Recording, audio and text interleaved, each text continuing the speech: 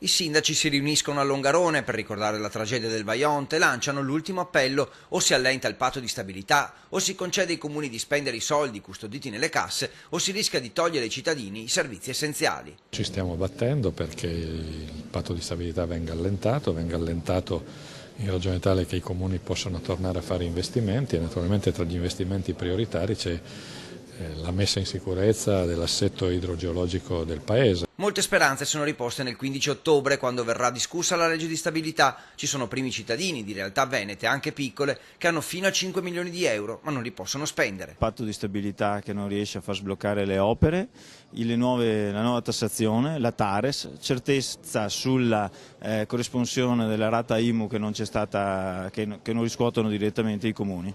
Oggi non ci sono più i soldi per fare le manutenzioni.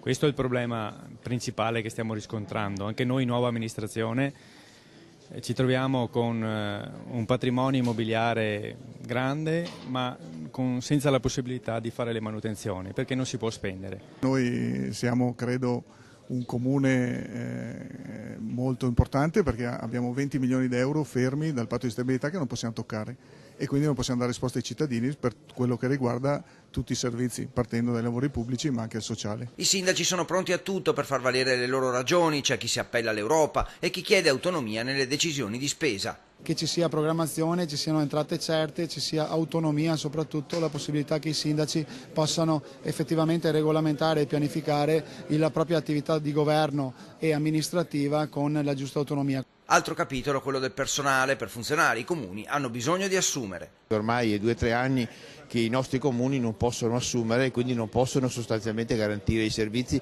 perché assieme alle risorse c'è bisogno economiche, ci sono bisogno anche delle risorse umane. Dall'Anci Veneto la proposta è chiara e articolata a seconda delle dimensioni dei comuni. Senza un allentamento del patto di stabilità il futuro è a rischio. Deve essere tolto entro il 31 dicembre per i comuni sotto i 5.000 abitanti e rivisto per i comuni superiori, in quanto gli investimenti su viabilità e su proprietà immobiliare del comune devono essere assolutamente consentiti, e quindi costi fuori dal patto di stabilità.